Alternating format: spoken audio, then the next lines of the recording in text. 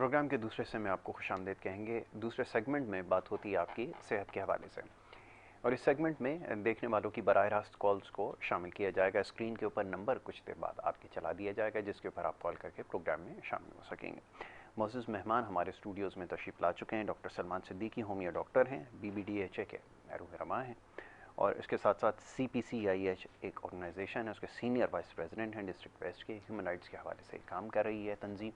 मैं डॉक्टर साहब को खुशामदीद कहूँगा। बहुत शुक्रिया डॉक्टर साहब प्रोग्राम में वक्त देने के लिए।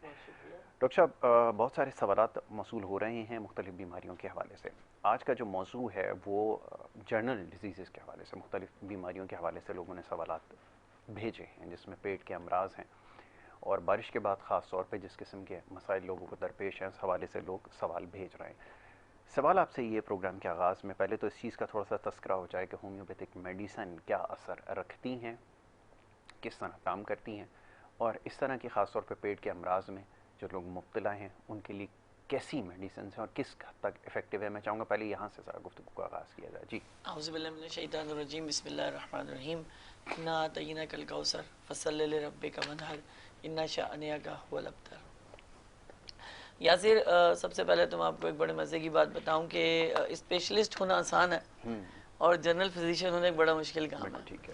यानी बहुत सारी चीज़ों को समेट कर एक जगह लेकर चलना एक बड़ा मुश्किल काम हो जाता है, और एक व्यू आपको पता है, एक रास्ता आपको मिल रहा होता है, तो आप उस रास्ते पे सीधा सीधा चल रहे होते हैं। आपको पता है कि मैं आई स्पेशलिस्ट हूँ, मैं हार्ट स्पेशलिस्ट हूँ, मैं किडनी स्पेशलिस्ट हूँ, तो वो एक एक रोल चल रहा होता है। मगर जनरल जो स्पेशलिस्ट होता है उसके लिए सर के बाल से लेकर और जो पैर का अंगूठा है ना, उसके नाखून तक की बड़ी अहमियत होती है अलामात को सामने लेते हुए। और क्योंकि मेरा ताल्लुक होम्योपैथिक से है, तो होम्योपैथिक का तो बड़ा एक अलामाती जो एक जाविया है वो बड़ा स्ट्रॉन्ग है, जिसको हम साइन और सिम्टम कहते हैं। हमारे यहाँ क्योंकि सिम्टम को अहमियत इसलिए दी जाती है क्योंकि होम्योपैथिक बेस ही सिम्टम पे करती है कि मेरा मरीज़ मुझसे क्या बात कर रहा है, मेरे मरीज़ को परेशानी क्या है, मेरे मरीज़ का मसला क्या है। ठीक है, दर्द बात को देखा जाएगा, पहले उसका जो एक लेवल है, माइंड लेवल, IQ लेवल, उसको चेक किया जाएगा कि क्या वहाँ से तो कोई प्रॉब्लम उसको नहीं आ रही है। तो होम्योपैथिक एक बड़ा मज़ेदार, बड़ा सहल और बहुत ही पुरसुकून ट्रीटमेंट है। वही आप अक्सर मुझसे सवाल पूछते रहते हैं कि ये देर पर है या जल्द इसका असर है। तो अब काफ़ी मैं यही कहूँगा कि तब्दीली बहुत आ चुकी है, और अब होम्योपैथिक में काफ़ी तेज़ी आई है, और रिस्पांस और रिजल्ट के हवाले से बहुत ही उम्दा इसकी जो कारकर्दगी है बहुत अच्छी है।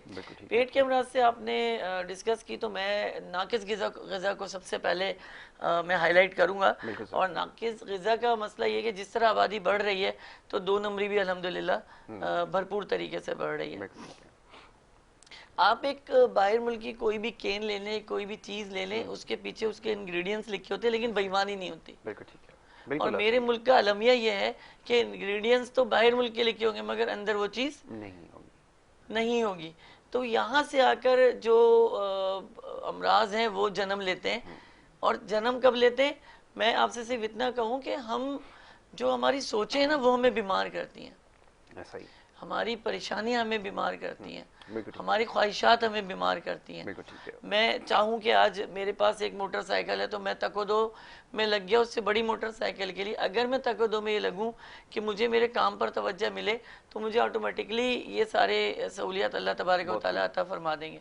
लेकिन बदकिस्मती ये है कि हम बस वो चाहते हैं कि जो किसी के पास ना हो, जो ना चाहे वो हमारे पास हो, तो उसके लिए फिर अपनी नींदें बेचनी पड़ती है, वक्त को। बहुत अच्छी बात है। रातों को जागना पड़ता है, दिन भर काम करना पड़ता है, तब जाके आप एक अपना मकाम और एक अपना वैल्यू बनाते हैं। और हम लोग तो हैं लकीर के फकीर लोग। हमने देखा कि वो बंदा बड़ा अमीर है यार, 2 नंबरी से हुआ होगा। वर्थ नहीं देखी जाती कि पीछे कितनी इसकी स्ट्रगल है, उसने कितने पेचो खम देखे हैं, कितनी तकलीफ और अजियतें ज़िंदगी की देखी, फिर वो कामयाब हुआ है। तो आप इसमें आप अपने आप को देखें, आप एक सीनियर एंकर हैं और माशाल्लाह से एक आपने वक्त लगाया है, लेकिन लोगों को क्या लगता है कि आप इस सीट पर बैठे हैं तो कोई मसला ही नहीं यार, एंकर बनना तो बड़ा आसान काम है। तो हम तो कहते हैं आए बन के देखिए एंकर, यासिर जैसे तो फिर बात करें हमारे साथ। तो इसी तरह हर फील्ड की एक पावर होती है और वो पावर सब पावर दिखानी पड़ती है। बिल्कुल ठीक है। पेट के अमराज जन्म लेते हैं हमारे पास नाकिस ग़िज़ा से, जिसमें हमारे पास सबसे पहली चीज़, हम अगर मीट की बात करें तो वो आती है मुर्गी। बिल्कुल ठीक है। अगर हम मीट की बात करें तो दूसरे नंबर पे आती है मछली। फार्मिंग करके हमें मछली खिलाई जा रही है, वो मछली नहीं है जो दरियाओं और समुद्रों से हासिल की जा रही है। फार्मिंग करके हमें मुर्गी खिलाई जा रही है जो कि जेन्युइन तरीका उसका नहीं है। फार्मिंग करके हमें अंडे खिलाए जा रहे हैं जो कि क्लोनिंग के जरिए से एक के बाद एक हासिल किया जा रहा है। उसकी वजह आबादी का बढ़ना है। अगर हम एक तरह से हिसाब लगाएं कि पाकिस्तान की कुल आबादी 24 करोड़ है, तो अगर हम 24 करोड़ मुर्गियां लगाते तो एक अंडा मुर्गी एक वक्त में देती, तो 24 करोड़ को पूरा हो गया। तो वही जो एक फर्द को एक अंडा हो रहा है, लेकिन जो बर्गर बन रहे हैं उसमें अंडे जा रहे हैं, जो चाइनीज राइस में अंडे जा रहे हैं, जो एक्स्ट्रा जो अंडे 10 से 15 करोड़ जा रहे हैं, उसकी खपत आप कैसे पूरी करोगे? तो उसकी खपत के लिए हम कौन सा रास्ता इख्तियार करते हैं? गैर फितरी तरीका। गैर फितरी तरीका। और गैर फितरी तरीका क्यों आ रहा है? कि जब हम अपने खेतों को सोसाइटी बना देंगे, बहुत अच्छी बात आपने कही, बिल्कुल अपनी ज़मीनों को सोसाइटी के लिए दे देंगे कि यहाँ रिहाइशें करो, तो ये बताइए कि फसल कहाँ उगाएंगे, बिल्कुल ठीक है, ये बताइए बागात कहाँ लगाएंगे। जब हमारे पास लालच के तहत हम अपनी ज़मीनों पर जो है बिल्डिंगें खड़ी करा देंगे, तो ज़ाहिर है वहाँ की ज़रख़ेज़ ज़मीन ख़त्म हो जाएगी। ऐसा ही। हम उसके बाद क्या करते हैं? ज़र्रे मुबादला बाहर से उठाते हैं। जब बाहर से ज़र्रे मुबादला उठाएंगे तो वो महंगा मिलेगा, महंगा मिलेगा तो सीधी सी बात है हमारे लिए फिर वो अफोर्डेबल नहीं होगा। तो हम अपनी देसी जुगाड़ देखते हैं, क्योंकि हम उस मुल्क से ताल्लुक़ रखते हैं कि जहाँ पे हर चीज़ की जुगाड़ हो जाती है, प्रॉपरली मौजूद है, चाहे वो किसी भी लेवल का या सिर्फ कोई भी काम हो। बिल्कुल ऐसा ही, हर जगह जुगाड़ से, हर जगह पे जुगाड़ चलती है और कामयाब चलती है। बिल्कुल ऐसा ही। आप सही व्यू पे जाना चाहेंगे ना, हम होम्यो फिजिशियन तशखीस करने के बाद आपको अच्छी दवा देंगे, और अगर उसमें एक हफ्ता ज़्यादा लग जाता है तो पेशेंट का क्या नहीं होता है कि बहुत देर का इलाज है, हम तो 2 गोली खाते हैं और सेट हो जाते हैं। लेकिन वो ये नहीं समझते वो जो 2 गोली उन्होंने खाई है उसमें अपनी बर्बादी को आवाज़ दी है। ऐसा ही। उसमें जो इन्फेक्शन बॉडी के अंदर हुआ वो उस वक्त तो जाहिर नहीं होगा, लेकिन जब उनका वाइटल फोर्स कमज़ोर पड़ेगी तो वो यकीनन जो है नुकसान में बहुत खूब कम्प्लीटली वो चले जाएंगे। पेट के अमराज में हमारे यहाँ पाकिस्तान में सबसे ज़्यादा जो इस वक्त प्रॉब्लम मौजूद है वो मोशन की मौजूद है, जिसको हम डायरिया कहते हैं, और मिनरल डिहाइड्रेशन की मौजूद है, जो इससे उल्टी और मोशन के थ्रू हमारे जिस्म से नमकियात ख़त्म हो जाते हैं। तो अब ये क्यों ख़त्म होते हैं? इसके ख़त्म होने की वजह यह है कि गंदगी, बिल्कुल ठीक है, गंदगी दर गंदगी दर गंदगी। ऐसा ही है। यानी कि अगर मेरे पड़ोसी में किसी ने कचरा फेंका है तो मुझे भी वहीं फेंकना है, मैं बाहर जाके नहीं फेंकूंगा क्योंकि उसने फेंका है। यहाँ से आके जो हमारी जहनी फितरत है वो हमारे जिस्म पर और हमारी सोच पर असरअंदाज होती है। बिल्कुल ऐसा ही है, बिल्कुल ठीक है। और यहाँ से बीमारी जन्म लेती है। तो हमारे पास सबसे जो पेट के अमराज की स्पेशली जो मोशन की पानी जैसे बिल्कुल मोशन हो रहे हों और बिल्कुल ऐसा कि रुक ना रहे हों और बारहा वो चलते चले जा रहे हों, जिससे बहुत ज़्यादा पानी की और नमकियात की कमी जो है पेशेंट के अंदर आ गई हो, तो उसके लिए हमारे पास सबसे अच्छी दवा है विरेट्रम एल्बम, जो कि फौरी तौर पर जादुई एक असर अपने अंदर जो है रखती है। और उसके अलावा L107 हमारे पास लैनिंग लेबोरेटरीज की मेडिसिन ऑलरेडी मौजूद है, जो अपने अंदर बड़ा एक कमाल रखती है, जो फौरी तौर पे मैंने आपसे बताया कि मोशन को कंट्रोल करती है और फौरी तौर पे आपको सेहत बहाल करने की प्रोसेस पर लेकर आ जाती है। दूसरे नंबर पे हमारे पास अगर पेट में शदीद दर्द है, दर्द पेट में क्यों होता है? गैस्ट्रिक की वजह से। गैस्ट्रिक क्यों होती है? खाने के ऊपर खाना खाने से। गैस्ट्रिक क्यों होती है? नाकिस ग़िज़ा खाने से। गैस्ट्रिक क्यों होती है? खाना खाने के फ़ौरन बाद सो जाने से। गैस्ट्रिक क्यों होती है? कि आप सुबह उठकर फौरी तौर पे जो है वॉशरूम नहीं जाते, बल्कि कुछ ना कुछ आपने खा लेना होता है, तो निज़ाम ज़िंदगी आप खुद ख़राब कर देते हैं। उसके लिए हमारे पास दवा मौजूद है चाइना, ठीक है, चाइना ऑफ के नाम से ड्रॉप्स मौजूद हैं, ये भी इस्तेमाल हो सकते हैं। बाज़ हमारे पास आपने अक्सर नोट किया होगा कि पेशेंट चुभन वाले दर्द की शिकायत करता है कि पेट में सुइयाँ चुभ रही हैं और बड़ी चुभन हो रही है, तो ये हमेशा जिगर की खराबी से होती है। आपका जिगर या तो हेपेटाइटिस को वैल्यूज दे रहा होगा या हेपेटाइटिस C की तरफ जा रहा होगा, तो इसकी ख़ास निशानी है कि सुइयाँ पेट में चुभना शुरू हो जाती हैं। उसके लिए हमारे पास नक्सुमिका भी मौजूद है, उसके पास हमारे लिए चैलिडोनियम भी मौजूद है, जिससे हम बहुत अच्छे तरीके से अपने पेशेंट को इस्तेमाल करा सकते हैं। और कमाल इसका ये है कि फौरी तौर पे इफेक्टिव मेडिसिन है कि यहाँ ज़बान पर ड्रॉप्स पड़ता है और वो रूह के अंदर तक तहलील हो जाता है, और जिसकी वजह से होम्योपैथिक की एक खुसूसियत ये है कि वो इंसान और उसकी रूह पर काम करती है। उसको ताल्लुक नहीं कि आपके पास दर्द क्या है, दुख क्या है, नहीं, वो ये कहती है कि दर्द और दुख आपकी सोच से आया है। बहुत खूब। अगर हम सोच बदलें, मैं सिर्फ इतना कहता हूँ यासिर, कि अगर हम अच्छा सोचें, अच्छा देखें और अच्छा बोलें, माशरा खुद तब्दील हो जाएगा। बहुत अच्छी बात है। अच्छा, ये फरमाइए कि ये अब जो तनाव की कैफियत है, या जिस स्ट्रेस में हम इस वक्त रह रहे हैं, हर शख्स ही इसका शिकार है। जी बिल्कुल ऐसा ही है। और उसके लिए मैंने देखा अमूमन लोग जो है एंटी डिप्रेसेंट जो है वो इस्तेमाल कर रहे होते हैं, और वो हाईली एडिक्टिव होती हैं, जिसको बार बार आपको इस्तेमाल करना पड़ता है। उससे कैसे निजात मिल सकती है? और दूसरा ये, क्या होम्योपैथिक के अंदर ऐसी मेडिसिन मौजूद हैं जो ये तनाव की कैफियत इसको कम करें, जो हार्मोनल डिसऑर्डर्स हो रहे हैं इसको कंट्रोल कर सके? फरमाइए। देखिए, ये 3 तरीके से हम इसे कंट्रोल कर सकते हैं। कुछ लोग बहुत स्ट्रेस होते हैं, वो अपने कामों में इतना फंस चुके होते हैं कि वो शहर से बाहर नहीं जा सकते, यानी दूसरे शहर नहीं जा सकते, इन्वायरमेंट अपनी चेंज नहीं कर सकते, जैसे माशाल्लाह आप। ठीक है जी हाँ, मैंने बिल्कुल आपका नाम लिया, अपनी इसलिए नहीं ले रहा है कि मैं तो भाई निकल जाता हूँ घूमने फिरने के लिए। तो अब क्या होता है कि अब लाख चाहने के बावजूद क्या कर रहे हैं कि आप म्याज़मिक तौर पे अपनी ख्वाहिश को प्रेस कर रहे हैं, दबा रहे हैं। मन है जाने का लेकिन नहीं जा पा रहे, तो गुस्सा आ रहा है कि यार जाना था यार, लेकिन मैं नहीं जा पा रहा, मेरा वर्थ है, मेरा काम है, मुझको वो करना है। बिल्कुल ठीक है। ऐसा ही है ना।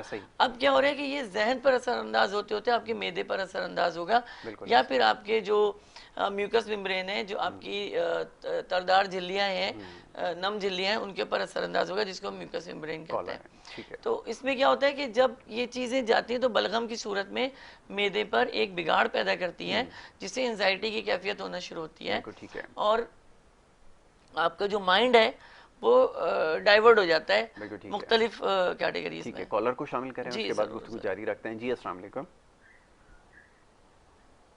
टीवी की आवाज़ बंद करके बात करें। जी अस्सलाम वालेकुम। जी तो भाई मैं ये बात करना चाहता हूँ कि भाई कहाँ से बात करेंगे? इस्लामाबाद से बात। जी जी फरमाइए, क्या पूछना चाहेंगे? जब बंदा एक्सेस बन रहा होता है तो उसके लिए क्या क्या चीजें अफोर्ड करनी पड़ती हैं? आपको समझ में आई? नहीं, दोबारा बोलो। अच्छा चलिए, गैस्ट्रिक इश्यूज हैं वो बता रहे हैं, गैस की। तो हम एंजाइटी की बात कर रहे थे और नर्वस सिस्टम पे असरअंदाज होने वाले उन अवामिल की बात कर रहे थे जो कि बहुत ज़्यादा शदीद मुतासिर करते हैं इंसान को। अच्छा, दूसरी चीज़ होती है, हमारे यहाँ सबसे बड़ा मसला है ट्रैफिक, उसके बाद मसला है पोल्यूशन, और उसके बाद मसला है घरेलू जिंदगी। ये 3 चीज़ें हमें बर्बाद करती हैं, ये 3 चीज़ें हमें संभलने नहीं देती। चौथी चीज़ हमारी फजूल खर्चियाँ, कि हम और आप अपने ज़माने में शायद लंगोट में पले हो, पैम्पर हमने ना पहने हो, लेकिन अब मुसीबत ये है कि पैम्पर जैसी चीज़, जो डायपर जिसे हम कहते हैं, वो आ गई है, खुश्क दूध आ गया है, माएँ अपनी बच्चों को अपना फीड नहीं कराती और ड्राई मिल्क की तरफ जा रही हैं। तो ये सारी वो चीज़ें जो फ़ायदेमंद नहीं है, जो केमिकल जिसके अंदर शामिल है, और ये ज़बरदस्ती की ये ग़िज़ा हमें फराहम की जा रही है, जिससे हमारी आने वाली नस्लें डिप्रेशन का शिकार होंगी। बिल्कुल ऐसा ही है। और अभी हम कोविड से निकले, अल्लाह माफ़ करे, पहली लहर, दूसरी लहर, तीसरी लहर, चौथी लहर, पता नहीं कितनी लहरें उन्हें आना है अभी। ठीक है ना। अब जिस तरह हमारे यहाँ तो आपको पता है सर्कल, जैसे भी मूनसून का सर्कल चल रहा है, पहला आर्टिकल, दूसरा आर्टिकल, तीसरा आर्टिकल चले ही चले जा रहे हैं। इसी तरह से हमारे तूफानों के नाम रख दिए जाते हैं, एक का तूफान का नाम लैला रख दिया तो दूसरे का कोई और रख दिया। तो ये चीज़ें हम अपने जो माहौल है उसके साथ खुद खिलवाड़ कर रहे हैं। ठीक है। हम बजाय ये सिखाने के, हम बजाय ये एहतियात कराने के, आप अभी फ़ोन कीजिए, पूरी तफसील मिल जाएगी कि पोल के पास खड़े ना हो, गीले में ना चलें, करीबी इदारों से रब्ता करें। तो मुझे ये बताइए कि वो पोल जिस पे तार ऑलरेडी लटका हुआ है उसे कौन सही करेगा? वो खड्डा जो ऑलरेडी रोड के ऊपर पड़ा है उसे कौन सही करेगा? पानी लेवल पर है, आपको क्या मालूम के नीचे खड्डा है या नहीं है? तो आप मुझे बताइए कि संभल कर कौन चलेगा, और संभल कर चलेगा भी तो नए बंदे को नए रास्ते का क्या मालूम होगा? तो आप उसके लिए क्या इंस्ट्रक्शन दे रहे हैं कि पूल से खड़े ना हो या देख के चले? पानी में कौन देख के चलता है भाई? बिल्कुल ठीक है। आप मुझे बताइए गवर्नमेंट लेवल पर कितने कैंपिंग हुई है, कि आप जगह जगह कैंप लगाएं और उन्हें ये सहूलत फराम करें, छतरी की सहूलत फराम करें, शूज़ की सहूलत फराम बिल्कुल करें। ठीक है। आप उनको कुछ ना करें, एक प्लास्टिक बैग दे दें कि आप अपने आप को क्योर करें, आपको परेशानी ना हो, बीमार ना हो जाए। लेकिन नहीं, क्योंकि हम तो खुद खेप 2 नंबरी मेडिसिन हमारे यहाँ जितनी चल रही हैं एलोपैथिक के हवाले से, आपको शायद यासिर अंदाजा नहीं है उस चीज़ का। इश्तेहारात दिए जा रहे हैं उनके कि खरीदें और खाएं। अगर एक होम्योपैथिक आपसे ये कहता है कि ये दवा हमने यूरोप से इंपोर्ट की है, ये बड़ी अच्छी है, या ये जर्मनी से आई है बड़ी अच्छी है, फ्रांस से ये बड़ी अच्छी है, तो सामने वाले की आंखें बाहर निकल आती है, अब हम बाहर की दवाएं खाएंगे। तो क्या ये होम्योपैथिक पाकिस्तान में नहीं है? ठप्पा लग गया हुआ है ना। लेकिन हकीकत में आपको बताऊं तो पाकिस्तान में जितना अच्छा होम्योपैथी का अल्लाह ताला ने रिसोर्सेज पैदा किए दुनिया के किसी मुल्क में नहीं है। बिल्कुल ठीक है। अच्छा, गुफ्तगू जारी रखते हैं, कॉलर्स को शामिल करते रहेंगे। एक और कॉलर है, उन्हें शामिल करेंगे। अस्सलाम वालेकुम। अस्सलाम वालेकुम। जी अस्सलाम वालेकुम। जी फरमाइए, कौन कहाँ से बात कर रहे हैं? हेलो जी अस्सलाम वालेकुम। जी वालेकुम अस्सलाम। फरमाइए, कौन सा, आप कहाँ से बात कर रहे हैं? जी सर, मैं लाहौर से बात कर रहा हूँ, सलीम अख्तर मेरा नाम है। जी जी, पूछिए, क्या पूछना चाहेंगे? जी, मेरी उम्र तकरीबन 63 है। माशाल्लाह। जी, और मैं डॉक्टर साहब से पता करना चाहता हूँ, ये PTK 4D है इनकी कोई मेडिसिन? जी जी बिल्कुल, तो PTK 40 जर्मनी की। वो मैं यूज करना चाहता हूँ, उसके बारे में कुछ मुझे ब्रीफ करेंगे? ठीक है। अच्छा, आपको शुगर का मसला तो नहीं है? हाँ जी, है तो नहीं, लेकिन मुझे कुछ शक हो रहा है थोड़ा सा। अच्छा, आपका ब्लड प्रेशर हाई रहता है? हाँ जी, अभी फिलहाल ठीक है, लेकिन फिर जब खाना खाता हूँ या कोई फास्ट हो जाता है। अच्छा, चलें मैं आपको बिल्कुल PTK 40 के बारे में बताता हूँ। जी जी जी जी सर, PTK 40 एक ऐसी मेडिसिन है जो हमारे पास 40+ लोगों के लिए एक नेमत है। ठीक है। इनमें वो लोग भी आते हैं जो गैर शादीशुदा हैं, इनमें वो लोग भी आते हैं जो शादीशुदा हैं, ठीक है। इनमें वो लोग भी आते हैं जो दिन भर की थकान से मारे जाते हैं, थक जाते हैं, और इनमें वो लोग भी आते हैं जो इस बिस्तर पे पड़े पड़े थक जाते हैं। मुझसे एक पेशेंट ने कहा कि मुझे किसी ने कहा है कि ज़्यादा सो तो उससे उम्र बढ़ती है। तो मैंने उसे एक चीज़ बिठा के समझाई, मैंने कहा ना तुम्हारे ज़्यादा सोने से तुम्हारी उम्र बढ़ जाएगी, ना ज़्यादा चलने से तुम्हारी उम्र घट जाएगी। मैंने उसको कहा कि जो तू लोहे कलम में लिखवा कर आया है ना, बहुत खूब। जो तू लोहे कलम में लिखवा कर आया है, तू सोकर गुजार, तू रोकर गुजार, तू हंसकर गुजार, तू चलकर गुजार, उतनी गुजरेगी जितनी तू लिखवा कर बहुत खूब। आया है। तो मेरे भाई अब तू सो के गुजार ले या तू रो के गुजार ले बहुत खूब। या हंसकर गुजार ले।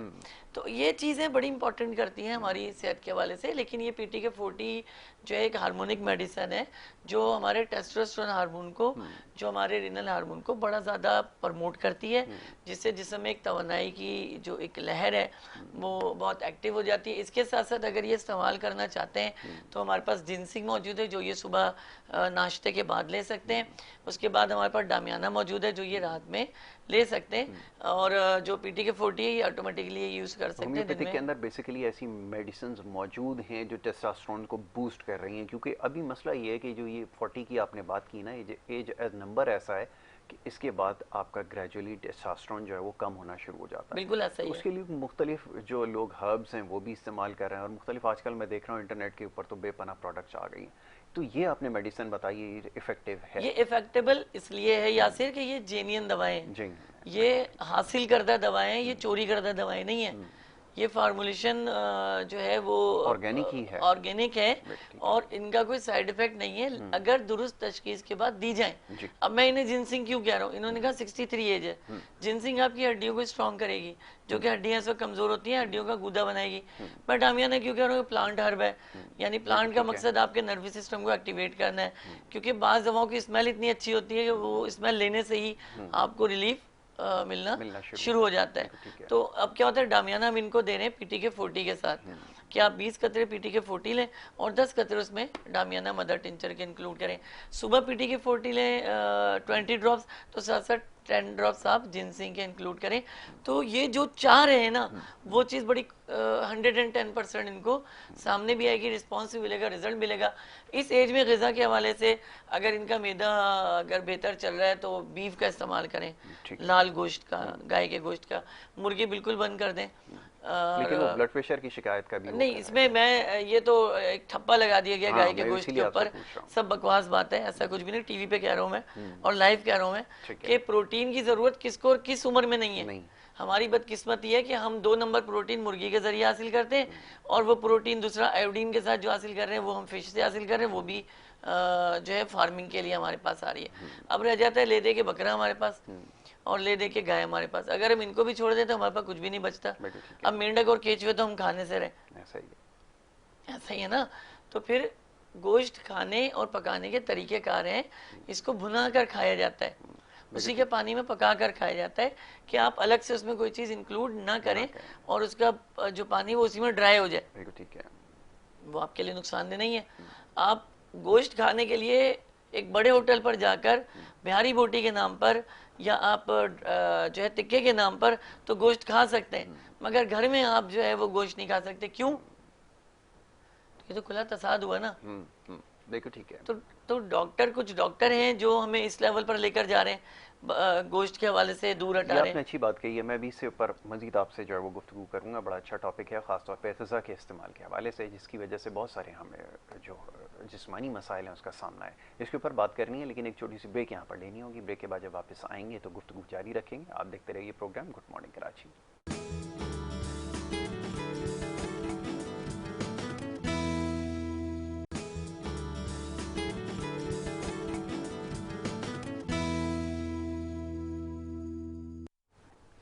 प्रोग्राम में आपको एक दफ़ा फिर खुशामदीद कहेंगे। ब्रेक पे जाने से पहले गुफ्तगू का सिलसिला जारी था। डॉक्टर सलमान सिद्दीकी साहब तशरीफ़ फरमाएँ और उनसे हमारी गुफ्तगू हो रही थी आपकी मुख्तलिफ बीमारियों के हवाले से, मुख्तलिफ अमराज पे बात कर रहे थे। डॉक्टर साहब, अभी कुछ देर पहले आपने ग़िज़ा की अहमियत के हवाले से गुफ्तगू की ब्रेक पे जाने से पहले। अब थोड़ी सी बात हो जाए कुछ मूज़ी अमराज के हवाले से, और होम्योपैथिक के अंदर उसका जो इलाज है वो थोड़ा सब्र आज़मा मरहला होता है। लोग इस चीज़ से थोड़ा सा जो है वो खाइफ रहते हैं और वही समझते हैं कि शायद देर होने की वजह से जो है वो इतना पुरअसर ना हो। अभी जो मूज़ी अमराज, कैंसर जैसे हैं मुख्तलिफ़ क़साम के, उसमें किस हद तक इफ़ेक्टिव हैं मेडिसिन, होम्योपैथिक मेडिसिन?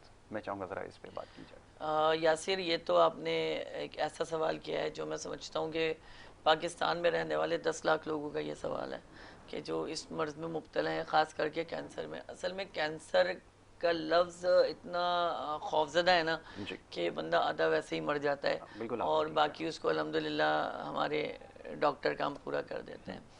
तो कैंसर बेसिकली ज़ख़म को कहते हैं।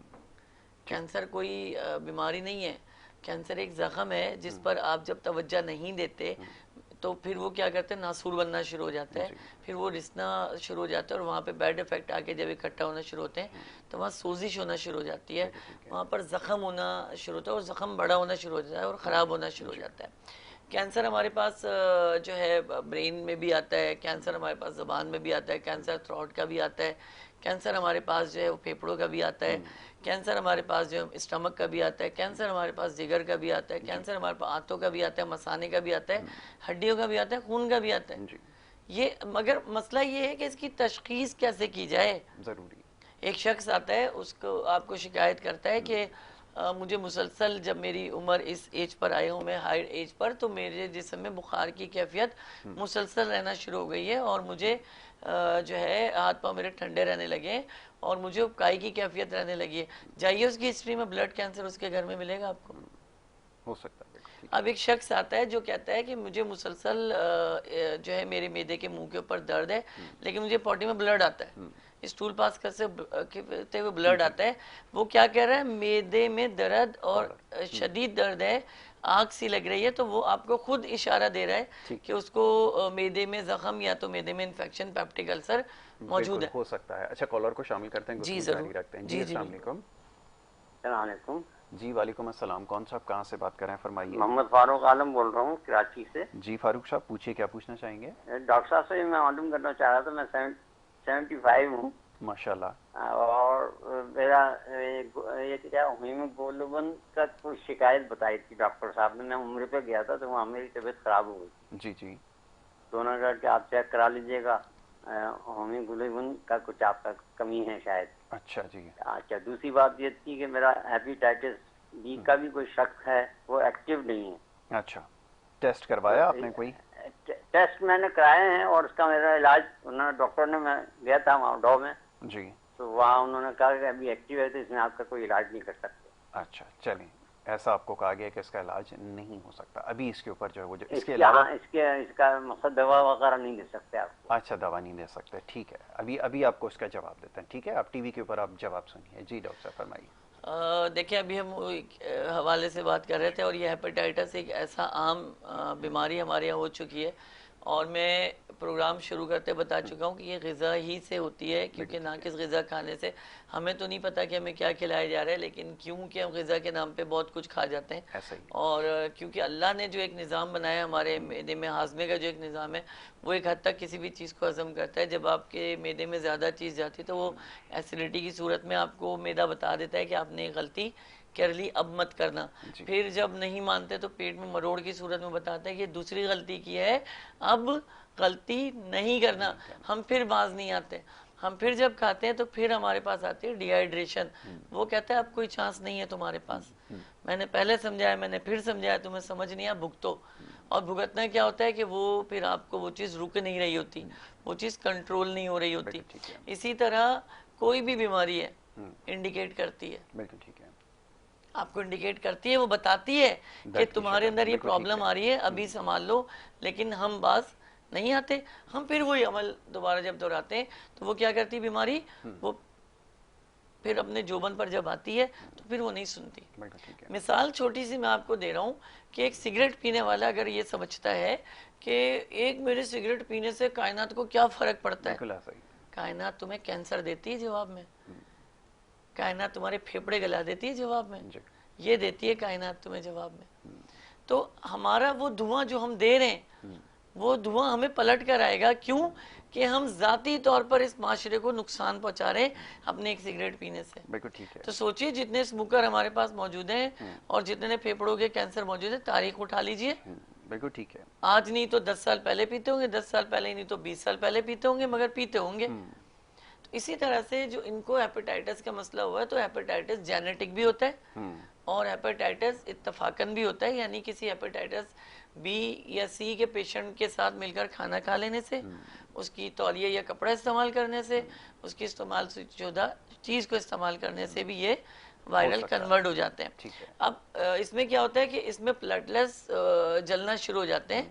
बेसिकली हेपेटाइटिस बी को हम सेकंड नाम अगर देते हैं तो वो ब्लड कैंसर का देते हैं, क्योंकि इसमें प्लेटलेट्स आपके डेड होना शुरू हो जाते हैं और स्किन के नीचे एक ब्लैक जो प्लेटलेट्स हैं वो बैठना शुरू हो जाते हैं। क्योंकि हमें शायद हमारे यहाँ बहुत सारे लोगों को नहीं पता कि खून का जो लाल रंग है वो है ही प्लेटलेट्स की वजह से। ठीक है जी।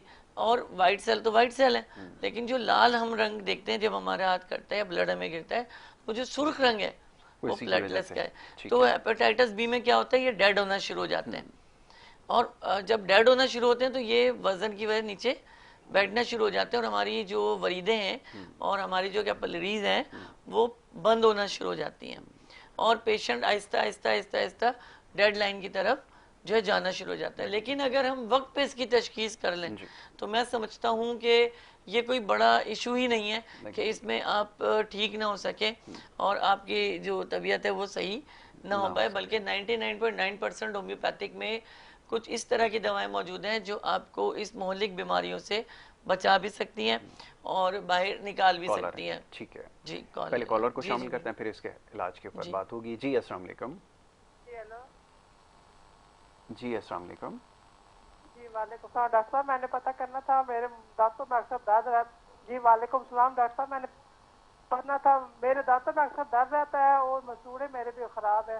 ठीक है। दांत मेरे आप लगा हुआ है। अच्छा आप ये बताइए, आपको दांतों से खून आता है या सिर्फ दर्द रहता है ठंडा गर्म लगने की वजह से? अच्छा चलें ठीक है। अब वो टीवी के ऊपर अगर आप आवाज सुनने की कोशिश देखिए, टीवी पे आवाज ना सुने, जो मैं पूछ रहा हूँ उसका जवाब दें। ठीक है चलें, चले इसका जवाब बड़ा अच्छा सवाल है। इसमें ज्यादातर अमूमी तौर पे मैदे की खराबी से ये मामला दरपेश आता है, दांतों के दर्द का। बिल्कुल, ये भी जिसमें सबसे बड़ी जो कॉमन हमारे यहाँ कराची के अंदर जो डिजीज़ है वो पायरिया की डिजीज़ है, जिससे दांतों से खून आता है, और यही खून जब रात को मैदे में उतरता है, सुबह बलगम से निकलता है, तो पेशेंट ये समझता है मुझे पेप्टिक अल्सर हो गया, मेरे मैदे में जख्म हो गया। वो सीधा जाता है और एंडोस्कोपी और सत्यानाश बेड़ा गर्क करा के पता ये चलता है कि दांत को खाने में चबाने में तकलीफ हो रही थी और मैंने तो ये क्या जुल्म कर लिया अपने ऊपर, जब तक बहुत देर हो चुकी होती है। हमारे यहाँ बड़ी खूबसूरत दवा है। अच्छा, ये क्योंकि इनकी आवाज़ से लग रहा है इनकी एज मैक्सिममली 40+ पे आई थिंक ये होंगी, तो अमूमी तौर पे ऐसा होता है कि इसमें खातून का मैदा बहुत ज़्यादा ख़राब हो चुका हुआ होता है। तो इसके लिए हमारे पास जो और सबसे अच्छी जो दवा क्रियाजोट के नाम से, क्रियाजोट 200 पोटेंसी में इसको इस्तेमाल करें, सुबह दोपहर शाम 10-10 कतरे। इनके दांतों से अगर ब्लड आ रहे वो भी बंद हो जाएगा, और अगर मसूड़े कमज़ोर हो गए तो मैं उसके लिए आपको मैं बताऊं कि वाइट पाउडर जो आता है मलने के लिए दांतों पे, उसमें अगर आपने 10 चुटकी वो लिया है जो है, और वैसे अगर हम फारसी में बताएं तो माशे कहलाता है उसमें, तो 10 चुटकी अगर हमने लिया है तो उस 10 चुटकी में 1 चुटकी पिसी हुई जो पिसी फिटकरी जो है, अगर उसे इंक्लूड करके दांतों पर मला जाए तो उससे दांत की जो जड़ें वो मजबूत हो जाती हैं, क्योंकि फिटकरी सक करती है। तो सक करने से होगा कि वो अपनी जगह जाम हो जाते हैं। टूथपेस्ट का इस्तेमाल ना करें। टूथपेस्ट कोई सा भी है वो टोटल केमिकल पर मबनी है, और जो व्हाइट पाउडर में 70 से 80% चौक का इस्तेमाल होता है, यानी कैल्शियम का इस्तेमाल किया जाता है, तो नुकसानदेह नहीं होता है। या कोयले वाला जो मंजन आता है जिसमें कोयला पीस के उसमें चारकोल कहते हैं, जी हाँ बिल्कुल, चारकोल हमारे यहाँ कोयले को ही चारकोल कहते हैं, लोगों को शायद पता ही नहीं वो कोयला कहते हैं, उसमें भी हम फिटकरी डाल के इस्तेमाल कर सकते हैं। तो इनकी जो मसूड़े कमज़ोर हो रहे हैं वो मजबूत भी हो जाएंगे। इसके साथ साथ हमारे पास जो मेडिसन है वो कार्बोवेज मौजूद है, जिससे इनके दांतों में जो ब्लड आ रहा है या दांतें इनके वीक हो रहे हैं वो कमज़ोर हो जाएंगे, और मैदा भी काफ़ी तक इनका सही हो जाएगा। डॉक्टर साहब ने बड़े काम की बात ये बताई है, और यहाँ पे जितनी भी ये जो पेट के अमराज हैं सबकी इब्तिदा जो है वो आपके मुंह से ही होती है। तो बहुत सारे लोग इसको नज़रअंदाज कर देते हैं। आपने बिल्कुल ठीक निशानदेही की है कि अगर ये ओरल हाइजीन का ख्याल रखा जाए, इसकी सबसे बड़ी निशानी मैं आपको बताऊं, मुंह से स्मेल का आना है। अगर आपके मुंह से बदबू आ रही है और सामने वाले शिकायत कर रहा है यार तुम्हारे मुंह से स्मेल आ रही है, तो आप इस बात को 110% समझ लीजिए कि उसको पायरिया की शिकायत मौजूद है या उसका मैदा खराब है। ठीक है। हमारे यहाँ बिल्कुल देखिए, मैंने आपसे पहले कहा यासिर, अलामत चीख चीख कर क्या रही होती हैं, बिल्कुल ऐसा ही अलामत चीख रही होती हैं कि ये मसला है, इसका इलाज कराओ, और हम किसी और व्यू पे निकल जाते हैं। ऐसा ही। तो जब तक हम दुरुस्त आगाही नहीं पाएंगे, मैं समझता हूँ हम दुरुस्त इलाज भी नहीं पाएंगे, और अगर आपको दुरुस्त डॉक्टर नहीं मिलेगा तो आप दुरुस्त शिफा भी नहीं पाएंगे। बिल्कुल ठीक है। तो इन तमाम चीज़ों को समझने के लिए आपको सबसे पहले शऊर होना चाहिए कि बेसिकली मुझे हुआ क्या है। यार एक चीज़ नज़र आ रही है, नील पड़ा हुआ है, अब डॉक्टर के पास भी जाके दिखा रहे हो नील पड़ा हुआ है, ये डॉक्टर का काम है नील क्यों पड़ा है बगैर चोट लगे, ये उसका काम है। आप उठा के उसे टेस्ट लिख के दे दोगे तो क्या ये जुल्म नहीं है? बिल्कुल ऐसा ही। मैं आपको बताता हूँ, चैनल के थ्रू बताता हूँ कि अगर आपके हाथ पर नीले निशान हैं, नीले कलर के निशान हैं, तो वो आपको याद की रखिएगा कि दिल के अमराज की वजह से पड़ते हैं। आपने अक्सर सुना होगा, बड़ी मिसाल है कि ज़बान, काली ज़बान की एक मिसाल सुनी होगी आपने, और हकीकत में जब वो ज़बान दिखाते थे वो ब्लैक हो रही होती है जगह जगह से, तो वो दिल के आर्जे की वजह से होती है। वो कोई बीमारी नहीं है, या अल्लाह ना करे कोई, वो ऐसा नहीं है कि उसके मुंह से निकल गई तो कबूल हो गई कि कोई भी बात हुई। ये इत्तेफाक ऐसे होता है कि कुछ वक्त दुआओं के होते हैं, आप करें मैं करें कोई भी करे वो कबूल हो जाती है। लेकिन जो ज़बान पे अगर काला निशान मौजूद है और डार्क जगह जगह धब्बे पड़े हुए, तो उस पेशेंट को चाहिए कि सबसे पहले अपने दिल को इलाज कराए, ठीक है, उसका चेकअप कराए और उसको जाके सेट करे। बाज़ लोग ये आपने ज़बान देखी होगी पीली पड़ी होती है, तो उनको जिगर का मसला है, वो अपने जिगर को चेक कराए। बाज़ लोगों की शिकायत है कि ज़बान हमारी खुरखुरी हो रही है, हमारे तालू से लगती है ना, तो ऐसा लगता है कि तालू छिल गया है, तालू पे ज़ख्म हो गए, सफ़ेद सफ़ेद छोटे छोटे दाने निकले होते हैं। वो हमारे यहाँ बोरिक्स में आते हैं, हमारे यहाँ दवा मौजूद है जिससे, और वो अमूमी तौर पे क्या होता है कि जो आपकी ज़बान के अंदरूनी हिस्सा होता है वो ज़ख्मी हुआ होता है या वो छिल चुका होता है, उसका इजहार आपके ज़बान के ऊपर जो मसाम है वो उसको बेसिकली जो वे कर रहे होते हैं। बाज़ दफ़ा ज़बान पे छोटे छोटे, आपने अक्सर देखा होगा बच्चों में गोल गोल लाल लाल दाने और दायरे पड़े हुए होते हैं। बिल्कुल ऐसा ही। ये दायरे छोटे बच्चों में हमेशा मैदे की खराबी से होते हैं, जिससे तेजाबियत ज़बान पे आती है और उससे वो Acidity डायरेक्ट की वजह से कनेक्ट होता है। हो बिल्कुल जाते हैं। ठीक है। तो इसी तरह से बहुत सारे हमारे जो हम जब ज़बान देख रहे होते हैं पेशेंट की, तो हमारा साइन और सिम्टम में हमको बड़ा वो मददगार साबित होता है। सर के बाल, यानी यकीन कीजिए कि कलर से हमें पता होता है कि किस पेशेंट का कलर कौन सा है और इसको कौन सी दवा हमने सेलेक्ट करनी है, क्योंकि एक दवा अगर एपिस मेलिफिका है तो उसकी पूरी स्ट्रक्चर हमारे पास है, एक दवा अगर कैंथरस है तो उसकी पूरी स्ट्रक्चर हमारे पास है, पल्सरटीला है तो उसकी पूरी तस्वीर हमारे पास है। अब पल्सरटीला हमारे पास जो छोटे बच्चे होते हैं वो गोल मटोल से बच्चे होते हैं बचपन में, उनकी पलकें बड़ी होती हैं और वो मस्ती में रहते हैं हर वक्त, तो वो पल्सरटीला बच्चे होते हैं, वो किलकिरियाकार बच्चे होते हैं। अब मुझे ही नहीं पता होगा कि मेरी दवा की बचपन क्या है या मेरी दवा की जवानी क्या है, मेरी दवा का लड़कपन क्या है, मेरी दवा का बुढ़ापा क्या है, तो मैं कैसा डॉक्टर हूँ? मैं तशखीस ही नहीं कर सकता। मुझे अगर रूटीन वाइज ही चलना है, जो हाथ आया भाई दे दो, जो हाथ है भाई दे दो, तो यार ये तो एक बंदा 6 महीने की तालीम हासिल करके भी कर सकता है, तो मैं पागल हूँ? मैं अपनी जिंदगी के 5 साल में से पहले सीख रहा हूँ, समझ रहा हूँ, डिग्रीज हासिल कर रहा हूँ, फिर मैं तजुर्बा कर रहा हूँ, फिर जिंदगी को लेके आगे बढ़ रहा हूँ। अपनी जिंदगी के गोल्डन ईयर्स जो है मैं अपनी फील्ड को दे रहा हूँ। ठीक है। नौकरी कर लेता तो भाई सुबह जाते शाम को घर आ जाते। ठीक है। अब डॉक्टर साहब वक्त हमारे पास क्योंकि महदूद है, बहुत सारे और भी सवालात हैं, मैं कोशिश कर रहा हूँ कि ज़्यादा से ज़्यादा सवाल आपकी खिदमत में रखूँ, लेकिन वक्त क्योंकि अपने अख्तिताम की जाने में, मैं चाहूँगा थोड़ा सा इसके हवाले से भी BBDHA और ये जो CPCIH है इसके हवाले से थोड़ा सा बता दीजिए, देखने वालों के इल्म में ये भी आ जाए कि ये क्या इदारे हैं, क्या खिदमत अंजाम दे रहे हैं, इसके बारे में। बहुत ही अच्छा सवाल है। BBDHA के हवाले से तो मैं ये कहना चाहूँगा कि ये एक होम्योपैथिक की एसोसिएशन है, ब्लूबर्ड डॉक्टर होम्योपैथिक एसोसिएशन के नाम से इसको जो है तश्कील दिया गया है, ये जिसका चेयरमैन पाकिस्तान में मैं ही हूँ और इसको पूरा रन कर रहा हूँ। पूरे पाकिस्तान में हम इस पर रन करें, हमारा एक ही मकसद है होम्योपैथिक का फ़रोग और होम्योपैथिक के जो डॉक्टर्स हैं उनको गाइड करना कि होम्योपैथिक का इस्तेमाल किस तरह किया जाए और होम्योपैथिक को किस तरह से जो लेकर चला जाए और किस तरह से। देखिए, मैं नहीं कहता कि कमाना बुरी बात है, लेकिन हलाल कमाना अच्छी बात है। बिल्कुल ठीक है कि आप अपने पेशे को हलाल तरीके से अगर इस्तेमाल करें तो अल्लाह बरकत भी देता है उन पैसों में, थोड़े होते हैं मगर बहुत होते हैं और आप तरक्की भी करते हैं। लेकिन आप जब 2 नंबर रास्ता अख्तियार करते हैं, चाहे वो होम्योपैथ हो कोई भी, चाहे वो कोई भी हकीम या डॉक्टर हो, मैं बात करूँ होम्योपैथ की, हमें उन्हें 2 नंबरी से रोकना है कि आपने होम्यो को होम्योपैथिक प्योर लेके चलना है। यही हमारा नज़्बुल-ऐन है कि होम्योपैथिक डॉक्टर को गाइडलाइन देना, होम्योपैथिक डॉक्टर को बेहतर तरीके से सहूलियात फराहम करना और उन्हें लेक्चर देना, उनको डिबेट देना कि वो बेहतर से बेहतर तरीके से होम्योपैथिक को कामयाब कर सके पूरे पाकिस्तान में, पूरी दुनिया के अंदर इंशाअल्लाह ताला।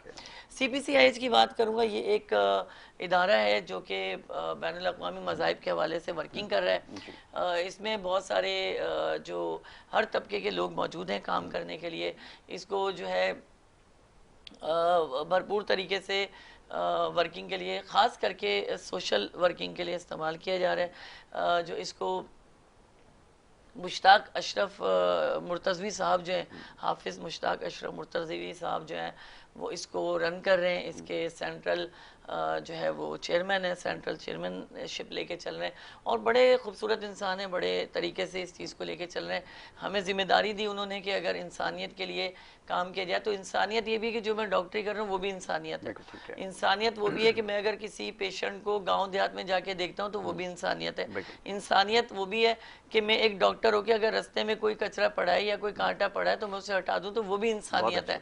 हमें मुर्तज़वी साहब जो है, अशरफ मुर्तज़वी साहब जो दर्स दे रहे हैं वो इंसानियत का दे रहे हैं कि वो कहीं भी हैं, आप डॉक्टर हैं, आप वकील हैं, आप सियासतदान हैं, कोई भी हैं, अगर आपकी ज़ात किसी के लिए फ़ायदेमंद है तो आप उसको फ़ायदा फराहम कीजिए। बहुत खूब डॉक्टर साहब, बहुत शुक्रिया, बड़ी नवाजिश कि आपने प्रोग्राम में वक्त दिया और बड़ी खुलकर गुफ्तगू की है तमाम उमूर के ऊपर, ख़ास तौर पे जो पेचीदा अमराज हैं जिसके हवाले से हम हमेशा प्रोग्राम में बात करते हैं। यासिर, मैं आपके बस इतना शुक्रिया अदा करना चाहूँगा चैनल K21 का कि वो बहुत रिस्पेक्ट देते हैं, बहुत इज़्ज़त देते हैं और होम्योपैथी की तरक्की में जहाँ भी नाम आएगा तो वो चैनल K21 न्यूज़ का ज़रूर आएगा। और मेरे प्यारे भाई यासिर जो है मेरा हरदिल अजीज़ भाई, मैं तो इसको भाई दोस्त अपना यार सभी कहता हूँ। तो इन्होंने जितना होम्योपैथिक को प्रमोट किया और जितना होम्योपैथिक को ये समझे, मैं नहीं समझता कि कोई भी एंकर इस हवाले से इसको समझ पाएगा। अल्लाह इनके हुनर और इनके इल्म में इजाफा करे और ये यकीनन बहुत तरक्की करे। मेरी दुआएं इनके साथ। बहुत शुक्रिया जनाब। इन खूबसूरत कलमात के साथ आपसे इजाज़त हमें लेनी होगी। प्रोग्राम का वक्त क्योंकि यहाँ पे ख़त्म हो गया, बहुत सारे पैगामात मौसूल हुए। हमारी कोशिश यही होती है कि ज़्यादा से ज़्यादा सवालों को शामिल करें और इंशाल्लाह जब अगली नशिस्त हमारी होगी तो उसमें बाकी ईमानदार जो आपके सवाल हैं उस पर ज़रूर गुफ्तगू की जाएगी। इजाज़त दें मोहम्मद यासिर को और हमारी टीम को। अल्लाह के बाद।